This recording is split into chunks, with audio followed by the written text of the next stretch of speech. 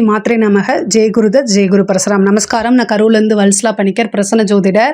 இன்றைக்கி நம்ம கன்னி ராசிக்கு சனி பயிற்சியுடைய பலன்களை நம்ம பார்க்க போகிறோம்.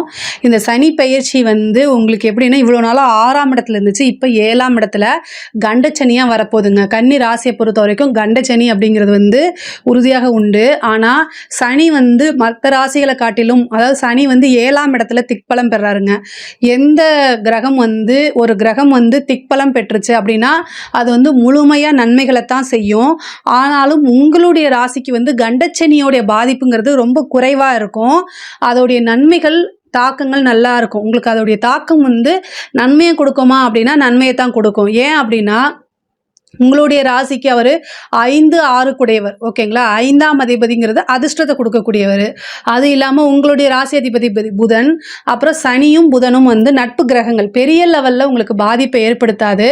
ஆனால் சனியோடைய பார்வை ஏதாவது ஒரு நெகட்டிவை கண்டிப்பாக செஞ்சுட்டு தான் போகும். ஸோ நீங்கள் கவனமாக இருக்கணும். அது மட்டும் இல்லாமல் இப்போ இந்த சனி பயிற்சி வருது இல்லையா, இந்த வந்தோன்னே மே மாதம் வரைக்கும் சரியான டென்ஷன் இருக்கும். மன உளைச்சல்கள் இதெல்லாம் இருக்க தான் செய்யும். இந்த மே மாசத்துக்கு அப்புறம் உங்களுக்கு படிப்படியாக அதோடைய தாக்கம் குறைந்து நன்மைகள் நடக்கும். சில பரிகாரங்களும் நான் சொல்கிறேன், அந்த விஷயங்களையுமே ஃபாலோ பண்ணிக்கோங்க.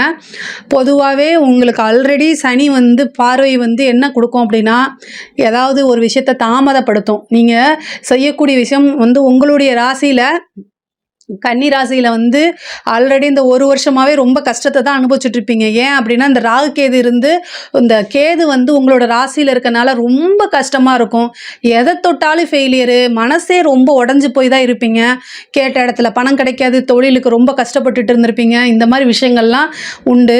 ஆனால் இந்த கால கொடுமை என்ன அப்படின்னா, சனியும் இப்போ சனியோடைய பார்வையும் இருக்கா. அப்போது மே மாதம் வரைக்கும் இந்த மே வரைக்கும் கேது போக மாட்டார் உங்கள் ராசி விட்டு. அப்போ மே மாதம் வரைக்கும் கண்டிப்பாக கடுமையான காலகட்டம் தான். இப்போ பிப்ரவரின்னு வச்சுக்கோங்க, மார்ச், ஏப்ரல், மே, இந்த 3 மாதம் வரைக்கும் உங்களுக்கு சரியான கஷ்டத்துலேயும் கஷ்டம். அப்படிப்பட்ட கஷ்டத்தை பார்த்துருக்கவே மாட்டீங்க. அந்த மாதிரி கஷ்டம். ஆனால் அதை கையாண்டு தான் ஆகணும். கன்னி ராசிக்கிட்ட இருக்கக்கூடிய ஒரு மிகப்பெரிய ப்ளஸ் பாயிண்ட் என்ன அப்படின்னா, மற்ற ராசியை காட்டிலும் பாசிட்டிவாகவே எந்த ஒரு விஷயத்து இருந்தாலும் ஈஸியாக கடந்து போகக்கூடிய தன்மை இருக்கும். அப்படியா, வேறு வழி இல்லை, நம்ம கண்டிப்பாக உழைச்சாதான் நமக்கு சோறு அப்படிங்கிற யதார்த்தத்தை புரிந்த நபர்களாக தான் இருப்பீங்க. 100% யதார்த்தவாதிகள் அப்படின்னாலும் சரி, அப்டேட்டட் பர்சன்னாலும் சரி, அது கன்னிராசியில் இருக்கக்கூடிய நபர்கள் தான். ஏன்னா கன்னிராசியில் தான் புதன் உச்சமாகிறாரு. புதன்கிறது யதார்த்தமான ஒரு கிரகம். ரியாலிட்டி, அதாவது கல நிலவரம் என்ன, இது உண்மை என்ன அப்படிங்கிறத தெரிஞ்சு உணர்ந்து செயல்படக்கூடிய நபர்கள் தான் கன்னிராசி நேயர்கள். ஸோ அதனால் கன்னிராசி நண்பர்கள், அதனால் உங்களுக்கே அதை பற்றி நல்லா தெரியும். சனியோடைய தாக்கம் என்னென்னா, சோம்பேறித்தனத்தை உண்டு பண்ணுவார், மன உளைச்சலை உண்டு பண்ணுவார், தொட்டை எல்லாத்தையுமே தாமதப்படுத்துவார். இந்த மாதிரி விஷயங்கள்லாம் அவர் பண்ணத்தான் செய்வார். நீங்கள் என்ன செய்யணும் அப்படின்னா, முயற்சி பண்ணிக்கிட்டே இருக்கணும். சனியோடைய பிளெஸ்ஸிங்ஸ் உங்களுக்கு வேணும் அப்படின்னா கடுமையான முயற்சி பண்ணணும். எந்த ஒரு கிரகமுமே நல்ல இறுக்கி பிடிச்சி தான் இருக்கும். அதுலேருந்து நீங்கள் விலகி அப்படியே வந்தீங்க அப்படின்னா கண்டிப்பாக அதுவே பிளெஸ்ஸிங் பண்ணிட்டு போயிடுங்க.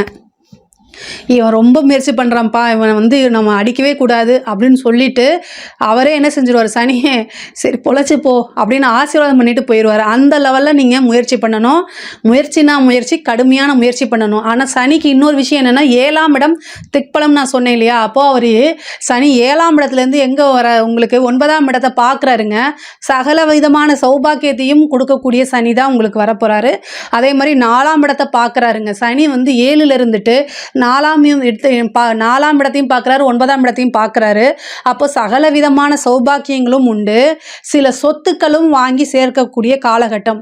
இந்த சனியோடைய தன்மையில் எது ஒரு விஷயம் நடக்குதோ அது வாழ்நாள் ஃபுல்லாக நம்மளை விட்டு போகாது. அது நல்லதாக இருந்தாலும் சரி, கெட்டதாக இருந்தாலும் சரி, கெட்ட இன்சிடெண்ட்டாக இருந்தாலும் நம்ம சாகிற வரைக்கும் அந்த விஷயத்தை மறக்கவே முடியாது. நல்ல விஷயமா இருந்தாலும் அது நம்ம சாகிற வரைக்கும் நம்மளை விட்டு போகவே போகாது.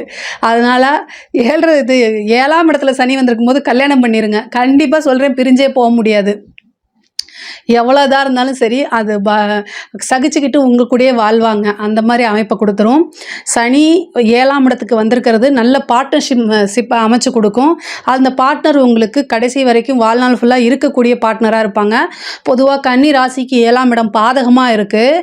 ஆனால் சனி அங்கே வந்து உட்காந்துருக்க இந்த 2 வருஷ காலகட்டத்தில் நல்ல பார்ட்னரு, நல்ல மேரேஜ், இது எல்லாமே உங்களுக்கு கண்டிப்பாக ஷூராக நடக்கும். ஆனால் அதுக்குண்டான முயற்சிகளை பண்ணுங்கள். தாமதப்பட்டாலும் உங்களுக்கு நல்லது தான் கிடைக்கும். அதாவது பிஸ்னஸை பொறுத்த வரைக்கும் உங்களுக்கு நல்லா தான் இருக்க போது. புதுசாக பார்ட்னரு, நல்ல இன்கம், இதெல்லாமே கிடைக்கும். 9ஆம் இடத்தை பார்க்குறாரு. சகல விதமான சௌபாக்கியங்களும் வந்து சேரக்கூடிய காலகட்டம் தான். இவ்வளோ நாளாக கஷ்டப்பட்டுட்டு இருந்ததுக்கு ஒரு நல்ல பலன்கள் இப்போ கிடைக்கும். ஆனால் சனி வந்து உங்களுக்கு நட்பு கிரகம்ங்கிறதுனால தீமைகள் வந்து கொஞ்சம் குறைவாக இருக்கும், நன்மைகள் கொஞ்சம் தூக்கலாகவே இருக்கும். ஏன்னா அதுக்குண்டான முயற்சிகளை நீங்கள் போடுவீங்க. அதாவது புதன்கிழமை வெற்றிலை மாலை, ஆஞ்சநேயருக்கு வெற்றிலை மாலை சாத்தி அவரை வழிபாடு பண்ணுங்கள்.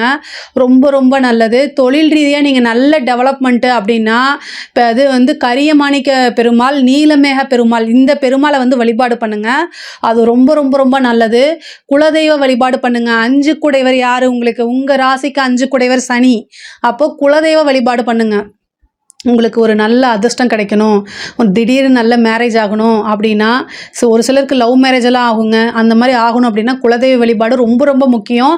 அதே மாதிரி பெருமாள், நீலமேக பெருமாள், கரியமாணிக்க பெருமாள், இந்த 2 பெருமாளையுமே பிடிச்சி வச்சுக்கோங்க. யாருக்காவது சனி தசை நடக்குதுன்னா சொல்லுங்கள்.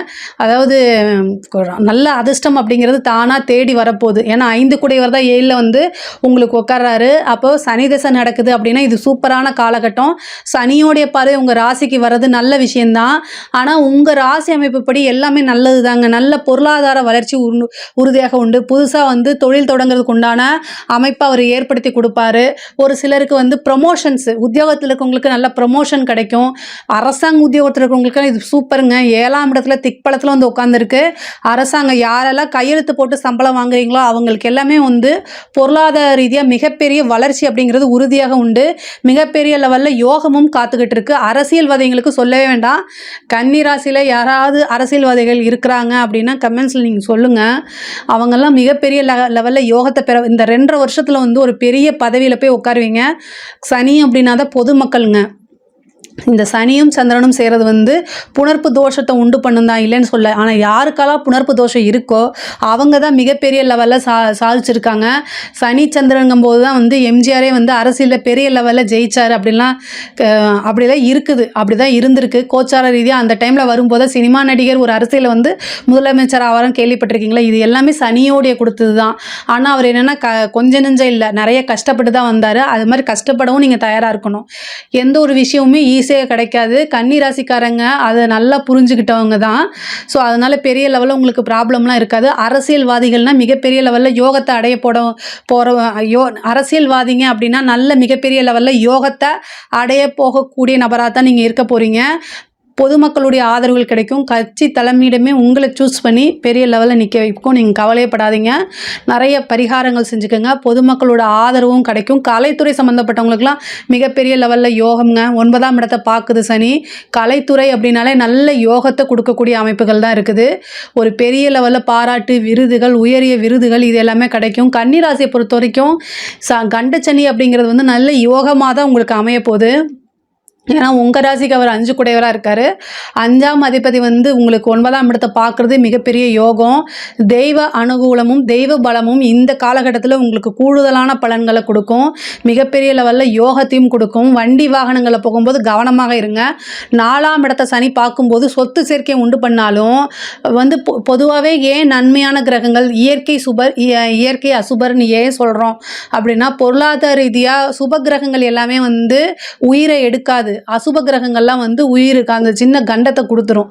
அதுக்காக தான் அந்த அசுப கிரகம்னு பிரித்து வச்சுருக்காங்க. இந்த சனி, செவ்வாய், ராகு இதெல்லாம் அசுப கிரகம்னு பிரித்து வச்சுருக்காங்க. ஏன் அப்படின்னா பொருளாதாரத்தை அதை நல்லா உயர்த்தி கொடுக்கும். அதே நேரத்தில் வேறு எதையாவது பண்ணி விட்டுரும். அதுக்காகத்தான் வந்து சனியோட இதை வந்து நம்ம பயப்படுறோம். சனி வந்து 4ஆம் இடத்தை பார்க்குது. வண்டி வாகனங்களை போகும்போது கவனமாக போங்க.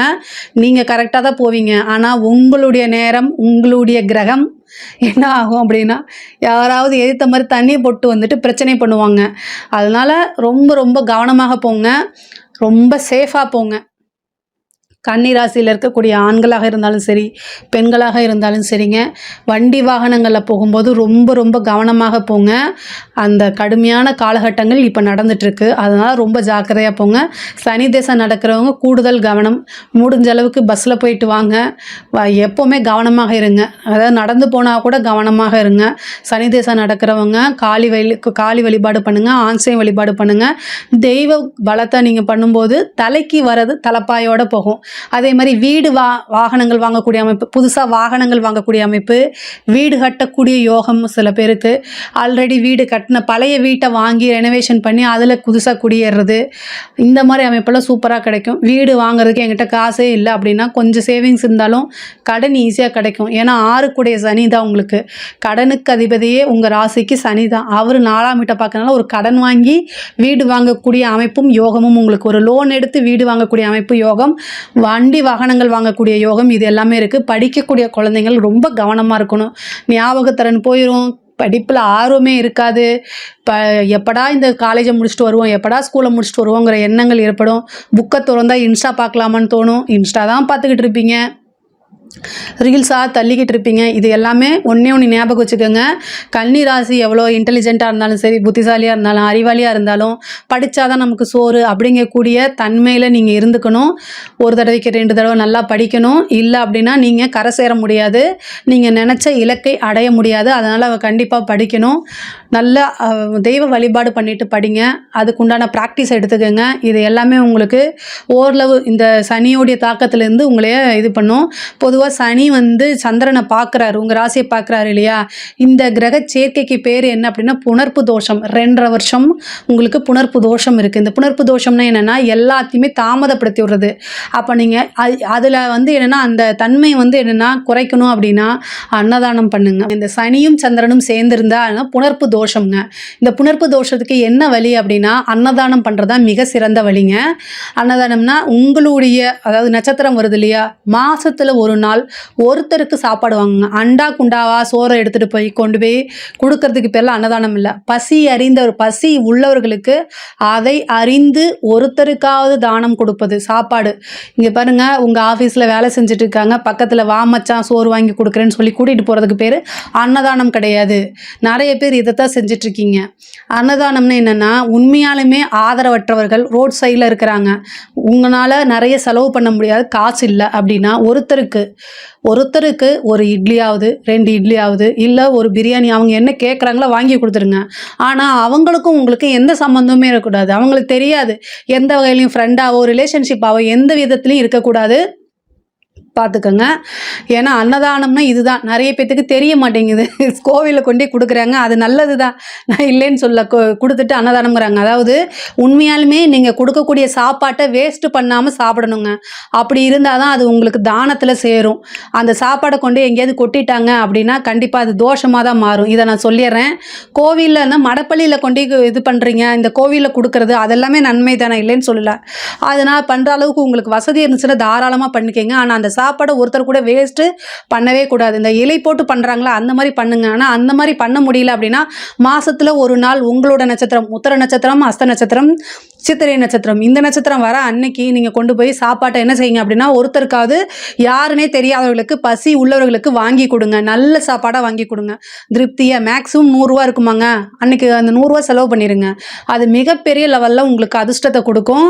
இந்த தோஷம் வேலை செய்யாது. நீங்கள் தொட்ட காரியங்கள் எல்லாமே சக்ஸஸாக மாறும். அதே மாதிரி 5 குடையவர் 7ல் போய் உட்காந்துருக்காரு. காதல் சம்மந்தப்பட்ட விஷயங்களில் ஏமாற்றம் ஒரு சிலருக்கு நடக்கும், ஒரு சிலருக்கு சக்ஸஸ் ஆகுங்க. 2மே நடக்குங்க. சனி திசையோ சனி புத்தியோ அல்லது சனி திசையில் புதன் புத்தியோ இந்த மாதிரி ஏதாவது நடக்குது அப்படின்னா துரோகம் நடக்கும். இல்லை இந்த மாதிரி வெறும் சனி திசை தான் நடக்குது அப்படின்னா திருமண பிராப்தத்தை ஒரு சிலருக்கு கொடுத்துரும். திருமணம் கைகூடும். காதல் சம்மந்தப்பட்ட பிரச்சனைகள்லாம் நீங்கள் அது திருமணத்தில் போய் முடியும். 9ஆம் இடத்தை சனி பார்க்கறனால பெற்றோர்களுடைய ஆசீர்வாதம் மூலியமாகவே நடக்கும். திருமணம் 7ஆம் இடத்துல வந்திருக்குது, அதனால் நான் மேரேஜ் பண்ணலாமா, கண்டச்சனியில் பண்ணலாமான்னா நான் அதுக்கு தான் பதில் சொல்லியாச்சு. சனி ஒரு இடத்துல திக்பலம் பெறும்போது என்ன விஷயம் உங்களுக்கு கிடைக்குதோ அது வாழ்க்கை ஃபுல்லும், நீங்கள் வாழ்நாள் ஃபுல்லுமே அது உங்களோட தான் இருக்கும். அப்படிங்கிறதுனால நீங்கள் திருமணம் தாராளமாக பண்ணலாம். இது உங்களுடைய ராசி அமைப்புப்படி உங்களுடைய ஜாதகத்தில் 7ஆம் அதிபதி குருபலம் இது எல்லாமே பார்த்து நீங்கள் பண்ணிக்கோங்க. ஆனால் சனியோடைய தன்மை பொறுத்த வரைக்கும் திருமணம் பண்ணலாம், காதல் ரீதியாக இருக்கக்கூடிய பிரச்சனைகள்லாம் நீங்கள் சக்ஸஸ் ஆகிறதுக்கு வாய்ப்பு இருக்குது. ஒரு சிலருக்கு வந்து சந்தான பிராப்தம் கிடைக்கும். குலதெய்வ வழிபாடு பண்ணுங்கள். நல்ல ஐஸ்வர்யம், அஷ்ட ஐஸ்வர்ய பிராப்தம் பெறணும் அப்படின்னா குலதெய்வ வழிபாடு மற்ற காலகட்டத்தில் காட்டிலும் சனிக்கிழமை குலதெய்வ வழிபாடு பண்ணுங்கள். கோவிலுக்கு போக முடியலனா கூட வீட்டில் ஒவ்வொரு சனிக்கிழமையும் குலதெய்வ வழிபாட்டை கண்டிப்பாக பண்ணிடுங்க. 7ஆம் இடம்ங்கிறதுனால திருமணம் ஆனவர்கள் வந்து கணவன் மனைவியிடையே சிறு சிறு பிரச்சனைகள்லாம் வரும். ஒருவர் அனுசரித்து போகிறது தான். அமைதியாக போகணும், அனுசரித்து போகணும். பொதுவாகவே கன்னி ராசிக்கு மேரேஜ் லைஃபுங்கிறது வந்து 100% சக்ஸஸ் நான் சொல்லவே மாட்டேன். 7ஆம் இடம் பாதகமாக வரதுனால மேக்சிமம் ஆஃப் கன்னிராசிக்காரங்களுக்கு திருமண வாழ்க்கையில் தங்களுக்கு தகுந்த மாதிரி பார்ட்னர்ஸ் கிடைக்க மாட்டாங்க, தங்களை புரிஞ்ச மாதிரி பார்ட்னர்ஸ் கிடைக்க மாட்டாங்க. இது வந்து என்ன 50% தான் சக்ஸஸ் ஆகும், 50% ஃபெயிலியர் ஆயிரும். இது எல்லாமே வந்து கன்னிராசிக்கு நிறைய பேருக்கு அப்படி தான் இருக்குது 7ஆம் இடம் பாதகம்னால. ஆனால் இந்த காலகட்டத்தில் அமைதியாக போங்க, இருக்கக்கூடிய வாழ்க்கையும் தொலைச்சிடக்கூடாது. கன்னிராசிக்கு பிஸ்னஸ் ரொம்ப நல்லா வருங்க, அதே மாதிரி சொத்து சேர்க்கை நல்லா இருக்குங்க. ஆனால் லைஃப் பார்ட்னர் வந்து அமைய மாட்டாங்க. நல்ல லைஃப் பார்ட்னர் அமைஞ்சவங்களுக்கு இது ரெண்டும் இருக்காது. இது உண்மையா அப்படிங்கிறத கமெண்ட்ஸில் சொல்லுங்கள். நிறைய பேருக்கு அப்படி தான் இருக்குது. பொதுவாகவே இந்த கன்னி ராசியை பொறுத்த வரைக்கும் இந்த சனி வந்து கண்டச்சனியாக இருக்கிறது வந்து நிறைய நன்மைகள் தான் செய்யும். நான் சொன்ன பரிகாரங்களை நீங்கள் பண்ணிக்கிட்டீங்க அப்படின்னா பெரிய லெவலில் உங்களுக்கு தாக்கங்களையும் கஷ்டத்தையும் ஏற்படுத்தாது. நன்மைகள் வந்து அதிகமாகவும் தீமைகள் வந்து குறைவாகவும் நடக்கும். இதில் ஏதாவது உங்களுக்கு சந்தேகங்கள் இருக்குது அப்படின்னா கமெண்ட்ஸில் சொல்லுங்கள், நான் கண்டிப்பாக ஆன்சர் பண்ணுறேன். நம்மளுடைய சேனலை லைக் பண்ணுங்கள், ஷேர் பண்ணுங்கள், சப்ஸ்கிரைப் பண்ணுங்கள். நன்றி, வணக்கம்.